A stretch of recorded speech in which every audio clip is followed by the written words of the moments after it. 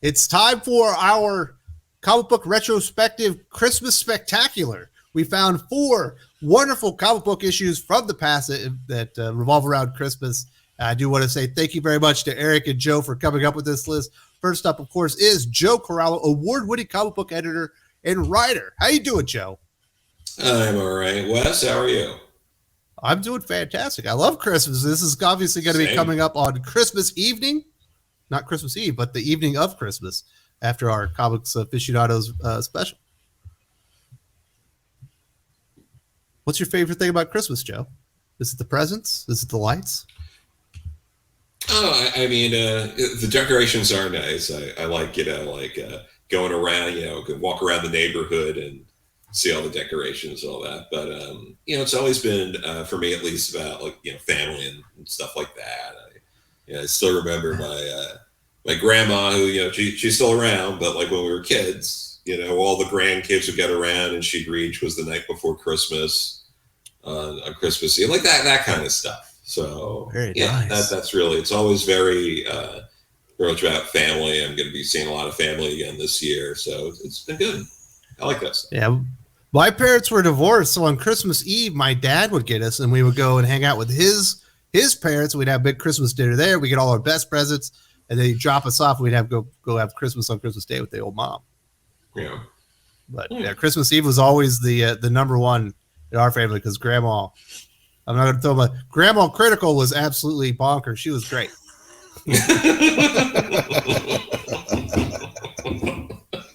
All right, Breen, what's your favorite thing about Christmas? Are you glad to be here?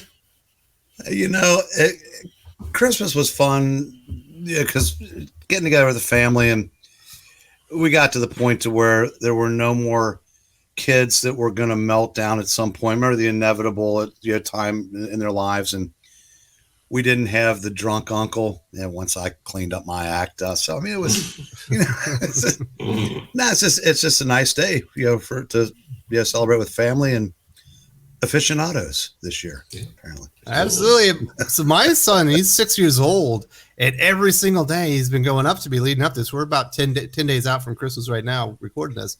He's like, Dad, it's Christmas tomorrow. It's like, I know you can tell time. We've worked on this. It's in 2 weeks, man. He's like, are you sure it's not tomorrow? I was like, I'm certain of it. I said, we're not doing this till the 25th. So I think he's trying to pressure me into going in early, but I ain't going to do it. You know what you should do? You should go wake him up tomorrow morning and go, Merry Christmas. He goes, I told you. I'm just kidding. No, I wouldn't do that. My wife would be. I might be sleeping on the porch. Mrs. Critical wouldn't go for that. Nah, she does not like it if I make the kids cry. This is not a good thing. But we're here to make everyone happy because we're going to talk about 4 wonderful Christmas-based comic book issues. Obviously, comic books have been celebrating holidays for a long time. Normally now, I find this less interesting. It's normally you just get an anthology associated with the holiday with a bunch of characters you're not altogether all that interested in. So I found these one-shots much more enjoyable, and some of these aren't just one-shots. There's a lot of tie-ins to the stories around them. So I think Joe and Eric did a great job picking these out. We've got Hulk 378. We've got Teen Titans 13, Marvel Team Up #1, and The Brave and the Bold 148. Yeah. Are we ready for this, fellas? We're ready. We're ready. Yeah. All right, we're going to hit Hulk 378 first, called Rhino Plastered. I love puns. That is a great pun in the title. This is from February 1991 is the cover date. I imagine it actually came out in December 1990. Peter David, Kurt Busiek with Bill Jasko on art. This was a lot of fun. We get a good setup here, Breen. We've got Rick Jones visiting a children's ward of a hospital as they're kind of checking on Bruce Banner. He walks off. He goes in this children's ward. There's some kids having a fight. He offers to tell them a story about his friend, the Hulk. And so he sits down and he tells them about the time that he, Clay Quartermain, and the Hulk, probably Bruce Banner at the time, traveling across America. And at the same time, Rhino, the villain, is homeless and friendless, and he cannot take off his costume. He's not in a good way at all. And as Rhino has decided he's going to rob somebody, he sees the Hulk getting into a van. He decides, I don't want to do anything that high key. I need to do something more low vis. Otherwise, the Hulk's going to kick my butt because he's done it so many times. So he decides that he's going to steal a Santa costume, and then basically start stealing money from people that are looking to donate to a charity. And then eventually Bruce, Rick, and Clay passing by as he's dressed up as the Hulk. They do not notice who he is, and they actually give him some money, Breed. So we've got a very nefarious plan from Rhino right from the beginning. Impersonating Santa Claus? So evil. We can't gloss over Rick's time in the children's ward when the kids are fighting. And the one guy goes, he started it. He ate my bed. Just the way these kids were talking to each other, you couldn't get that past an editor today to save your life, but it was funny as hell. The Rhino, like I said, he's got the Santa suit, and you see the poor guy, his legs dangling out of the dumpster. His Rhino's, putting on the suit. And when Clay, when he gives himself up, Clay donates, and he goes, he goes, I already gave stuff, and he grabs, he goes, give harder or something like that. And they go, hey, that guy looks familiar. And so Bruce, I guess it's getting to be about that time, and of course, since this book is not to be taken serious at all, he makes his appearance coming out of the stall in the men's room. Before that happens, Breen, you're missing a big part, because there's a local mall Santa that has been fired for being a drunk, and the owner sees Rhino in costume and says, "Can you please replace our Santa?" Of course, he does not want to do that, but soon he hears these children essentially chanting his name, Joe Corallo. This almost brings Rhino to tears. He's never had anyone cheer for him, so of course he ends up doing it.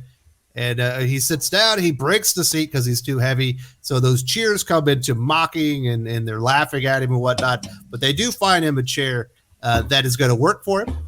And then he begins seeing the kids one by one. Unfortunately, one of them recognizes him, and Rhino warns the kid because he's a bad guy. He's like, you better keep your mouth shut or bad things are going to happen. And the kid, kind of spills the beans to his parents. The Hulk hears it. Bruce, Rick, and Clay overhear this kid, and the kids begin to unnerve the Rhino, and he starts shouting at him, Joe Corallo. He is not a good Santa Claus. No, he is not a good Santa, but I like to think at least that was all throwback to Miracle on 34th Street, the finding the drunk Santa and having to replace him last minute bit. I would be surprised if Peter David did that, but it's also cool because at this point, we didn't have the Gray Hulk anymore. This was like a throwback, like it was like kind of like filling in something they didn't get to earlier in Peter David's run of him fighting the Rhino. So it was cool how they set that up, and Bill Joska does a fantastic job. He has sadly since passed, but people might recognize him from doing some issues here and there of X-Men in Claremont's run. He did a few fill-ins, towards the end of that run. He had done fill-ins in some issues like Teen Titans and stuff like that. So it is great, seeing Bill Joska here. And, if you're, reading this is like in the floppies, there's a little ad for Mega Man 3 in there, which is a favorite of mine. So that's nice to see too. Absolutely, I've been playing Mega Man with the 6-year-old lately, so we've been having fun with that, doing retro games. Love it. Reed, what you alluded to earlier does happen. The Hulk emerges from the men's room, but a child has already pulled down the beard from Rhino, exposing his lie.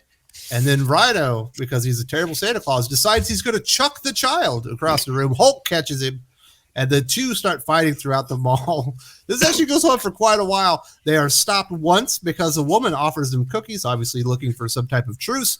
It turns out Rhino does not like macadamia nuts, so they got back to it.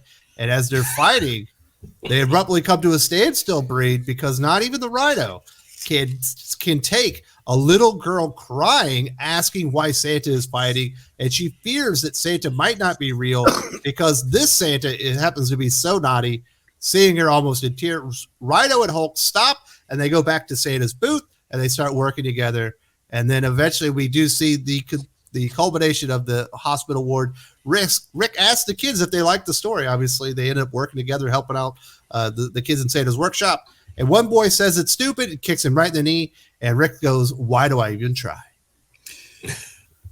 Before we get to that, the girl with the cookies, the look on her face. Yes. And nobody could deny that. Yeah. And I said, when he goes, and when the Hulk says anybody can take you the side of Woody Allen, all you need is plenty of balls, as he's rolling a ton of balls at him. Yeah. And I said, and then they keep fighting. And as he's trying to strong arm, Clay and Rick get involved, and he's about to knock Clay into orbit.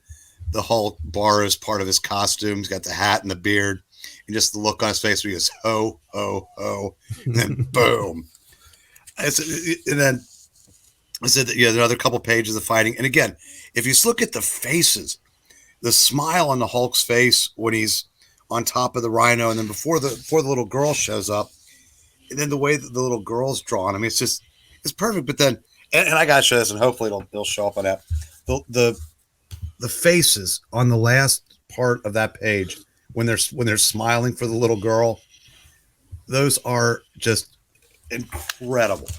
And I said, and then when Rick's telling the story about how the Hulk managed to squeeze in a little Christmas cheer, and you see the elf with the cleavage and the smile on his face there.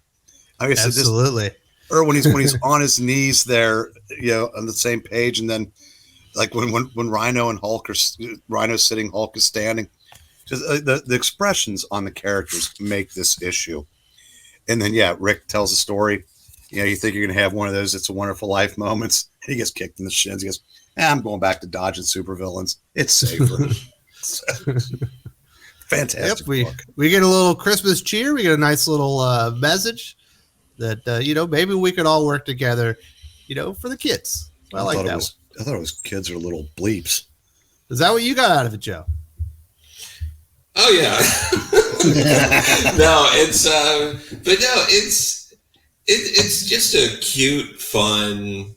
It's not super serious. It's a lot of fun action, and then again, if you're reading this in the floppy, and Eric can testify to this as well, you will immediately get depressed at the end when you see that you can subscribe to a year's worth of Amazing Spider-Man comics for $9. Such a good deal. Bring it back. In 1991, it was. Yes, but no, it's fun. It's just fun seeing him deal with someone like Rhino. This was very clearly, like fan servicey in that sense, so they're very upfront about it, and it's nice. It's nice to see that kind of thing. Like, oh, we know you guys want to see, the Hulk fight Rhino, because of course you do. So. Yep, that one was quite enjoyable. Let's go over to DC Comics. We've got Teen Titans 13, the Teen Titans Swingin' Christmas Carol from February 1968. Bob Haney, Nick Cardy. Of all four of these issues, and they're all wonderfully illustrated, I think this one's the best illustrated. I think you could put this comic book up today and people would say, "Oh, that looks great." They would think it was a modern comic artist. I was very impressed with the line work done by the art team. And of course, this is a Christmas Carol, but the Teen Titans style. And we got days before Christmas, the Titans are relaxing in their HQ, and Robin is reading Charles Dickens' A Christmas Carol, and that kind of transitions us because elsewhere in Junkarama, owner Ebenezer Scrouge is making Bob Ratchet work on Christmas Eve. What a terrible person! And Bob was, of course, saving money for his son Tom, who's sick, and then Tom, the sick son, ends up witnessing Ebenezer sell some scrap metal to Mr. Big's thugs, and afterwards Scrouge leaves the men. They use a device turning the scrap into new devices, which they can sell for even bigger profits. Joe Corallo, this is an awful idea, and of course he goes and he tells Tom goes and tells his dad, Bob, who confronts Ebenezer, who threatens to fire him on Christmas if he tells the authority of his illegal operation. Joe, my goodness, this Ebenezer Scrouge is terrible. No, and yeah, going back to like the art there, Nick Cardy is so good. I feel he doesn't get talked about or praised enough. He's done a lot of work at DC around then into the 70s, and it's really good stuff. It's up there. Maybe it's not quite Neil Adams, but he's doing stuff that's in that same sort of vein, and it really works here. And it is fun and goofy, this whole bit, because this is a trope that's been used in so many DC comics around then, of just like, and we did one of them in our Legion retrospective of the the Moby Dick in space, where it's like, oh boy, golly, we're reading this story, or we're familiar with this story, and the events from the story just so happen to be happening to us now with slightly different names.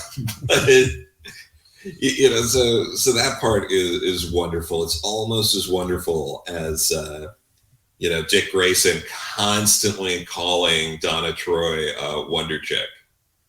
So that's if you're a Donna Troy fan, she looks phenomenal in this comic book. I'll put that one out there. Yes, she looks great.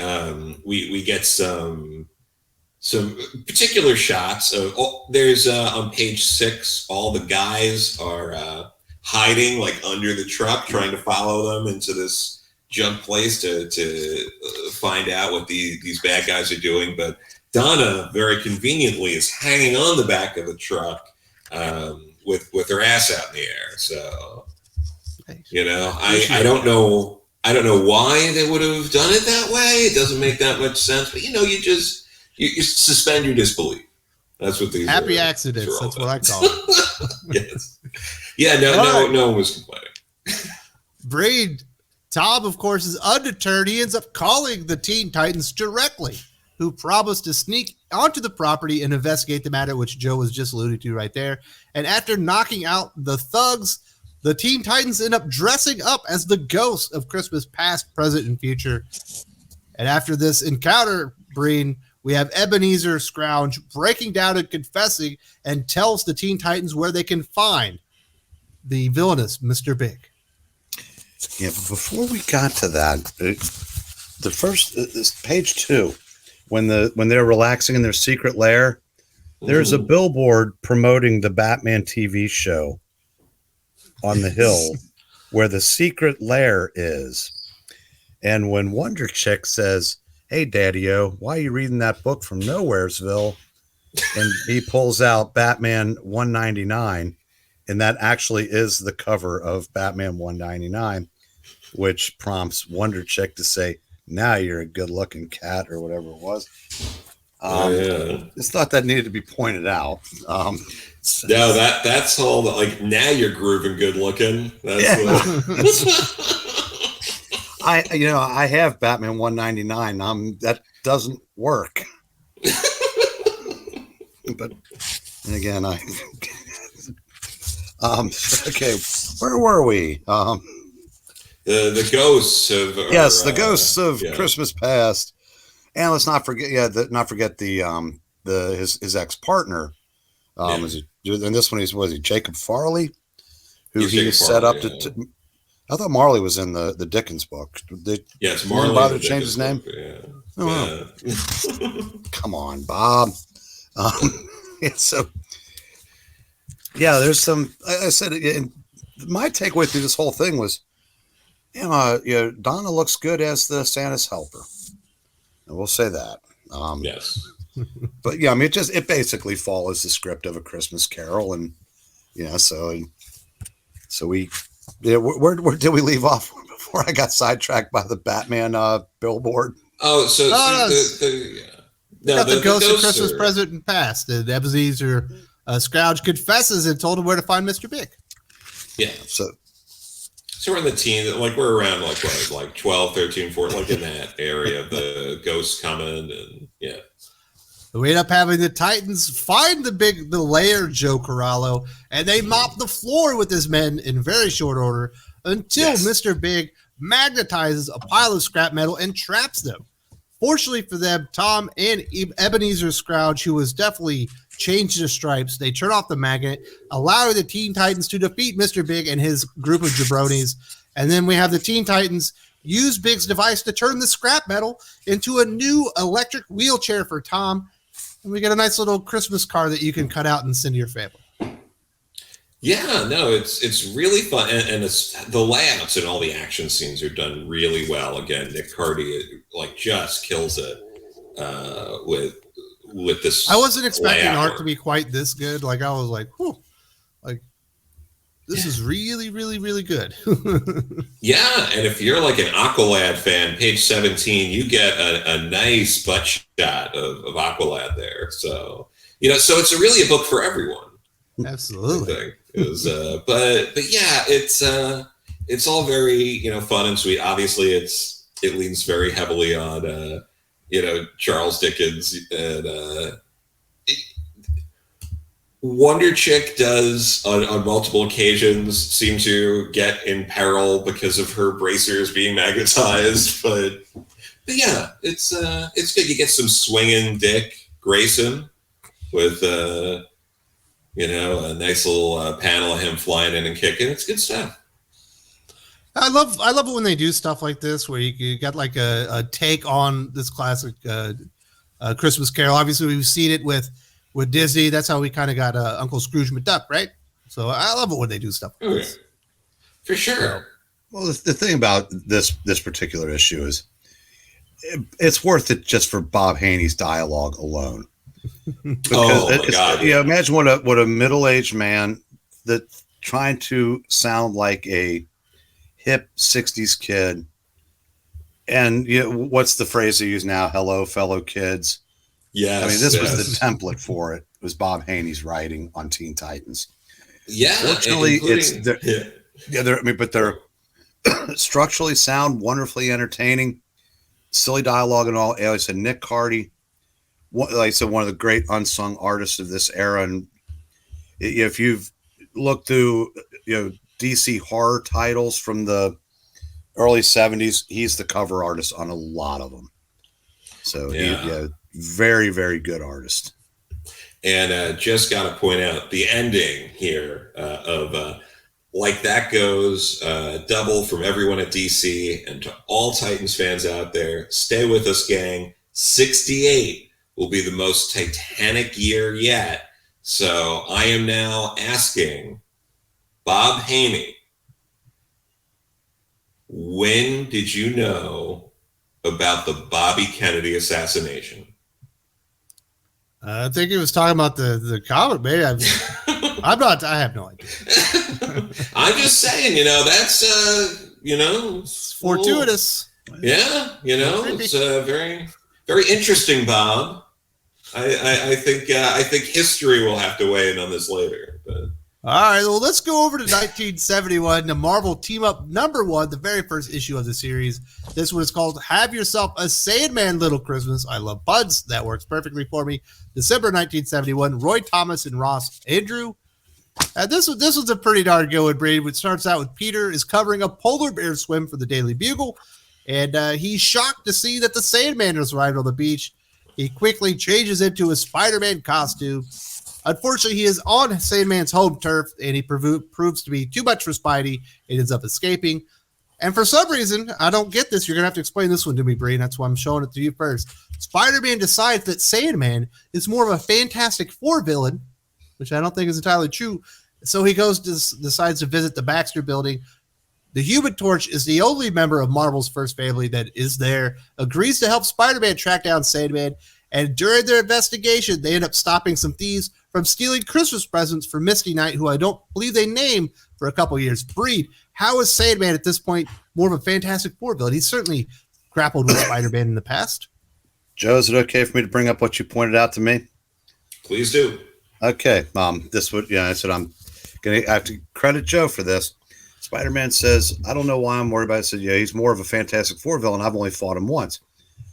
But it was, Spider-Man 4, but then he fought again in the first Spider-Man annual. But to his point about him being a Fantastic Four villain, that part is true because Sandman ended up joining the Frightful Four, who they fought in like issues 36 and 7. Then again, they fought Sandman issues 62, and then there was 94. And there was like 4 times where they'd fought the Sandman at least, and Strange Tales 115. So he was more of a Fantastic Four villain by then, certainly more of a Torch villain.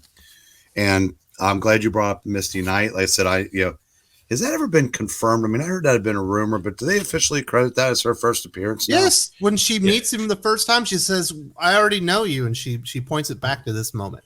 Okay, that's cool. Yeah, this is technically the first appearance of Misty Knight. Yeah.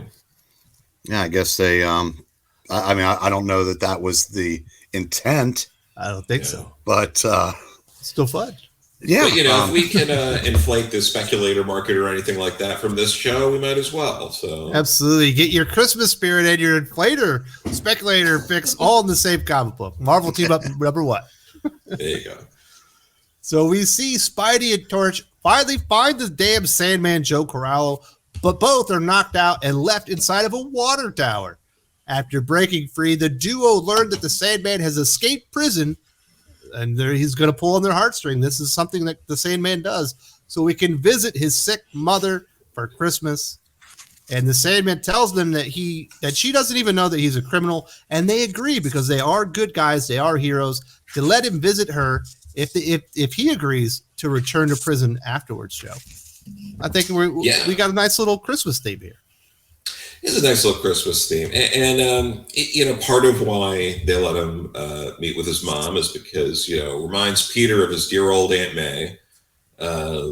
So that's sweet, but also one of the fun things about this is in the Silver Age in particular, Spider-Man and Torch had this like great back and forth kind of relationship. They were always like ragging on each other.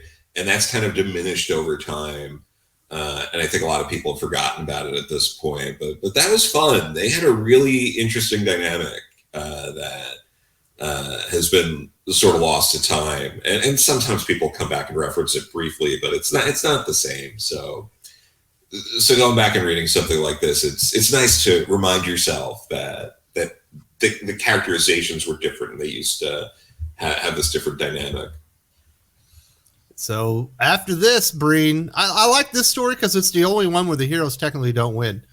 Because Spider-Man actually gives a gift to Sandman that he has picked out for Gwen so he can give it to his mother because Spider-Man's a good dude.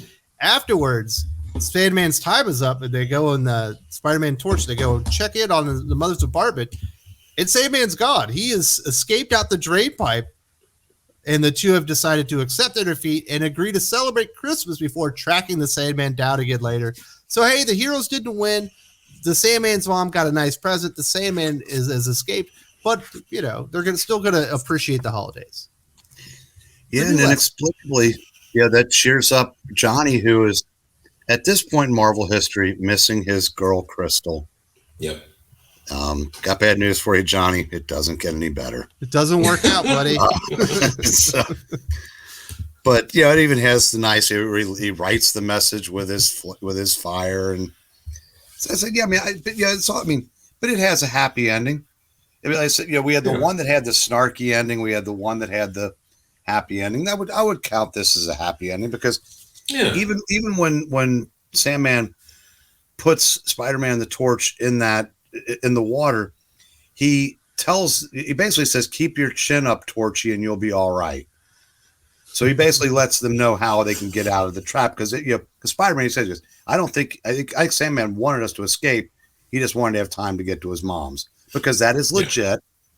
He does have a sick mother, and and this was, I guess, back in an era when men still wore suits everywhere too. And although we need to get back there, Breen. I wish I was wearing a suit right now. Well, I wish I wish this were a suit jacket. Yes. Man, you need to go to Korea. They would make that bad boy for you custom. That's so nice. and I could pick up a T-shirt that has the Bengals winning a Super Bowl. Well, yeah, hey, a little knockoff here. My goodness. That was another great story. Let's move on to some Batman and DC to finish this bad boy up. We've got The Brave and the Bold 148, The Night the Mob Stole Christmas from, it says cover date March 1979. I'm certain this actually released in December 1978. Bob Haney once again, this time with Joe Staton and Jim Aparo. And we've got, I love this one. This story, just as a comic book, would never pass editorial at DC now. Batman is investigating a cigarette smuggling ring Oh my goodness, you could never let Batman do anything that small. It's got to be like world ending. But while he's doing this, he discovers one of the Gotham's main Christmas decorations has been stolen. And this is a job for Batman. And he begins investigating, and he discovers that not only that, but the Plastic Man has been kidnapped along with the ornaments. And he starts following the clues that Plastic Man has left behind. He's got a little some breadcrumbs for him. And we see Batman ends up saving Plastic Man, but the thugs get away with the Christmas decorations. Joe, I love seeing Batman doing something this low key. It's so much fun. No, it really is. It's great. And again, Joe Staton and Jim Aparo, like, I mean, these are both legends of the industry. Yes. And yeah, it looks great. I mean, obviously, Paul Levitt's editing, he's another legend in this industry. And yeah, it's okay to just have Batman try to find decorations or, run into Plastic Man, who's just like a Salvation Army Santa now. I love Plastic Man. He's so underused. He's so hilarious. He's got a stupid design that works brilliantly for his personality. Oh yeah, no, it's nice. And again, all this like small level stuff of, Plastic Man saving a boy whose ball went into the street. Like, we need these heroes back. Yeah. Saving cats out of trees and stuff. Not everything has to be the world ending. Yes, that would be really nice if it wasn't like that all the time. All right, Breen. So Batman discovers these are the very same criminals responsible for the cigarette smuggling racket. He's putting the whole thing together, Breen. It's all related. So Batman and Plastic Man learn that their base of operations is in Florida. Damn you, Florida man. And the Cape Crusader and Plastic Man travel to Florida, uncovering the decorations are actually on the mansion of the Thugs leader. So Batman and Plastic Man fight the Thugs tooth and nail. They actually put up a pretty damn good fight, Breen, until they finally slay the crooks.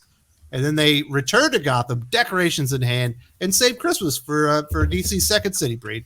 What a good story. Yeah, but you got to know it was a pretty good setup. I mean, the mob boss found out that his rivals were trying to get in on his butt-legging operation, and he wasn't having it. So he concocts this elaborate scheme to lure them all down there and give them a Christmas they'll never forget. A gut full of lead. You see? Oh, God, but, you got to get wise, see? And page 9 has one of the best moments in here where the one mobster is like, gotta feed them reindeer, huh? Batman, and then Batman just slugs him with guess old Prancer was mad about losing his nicotine snack.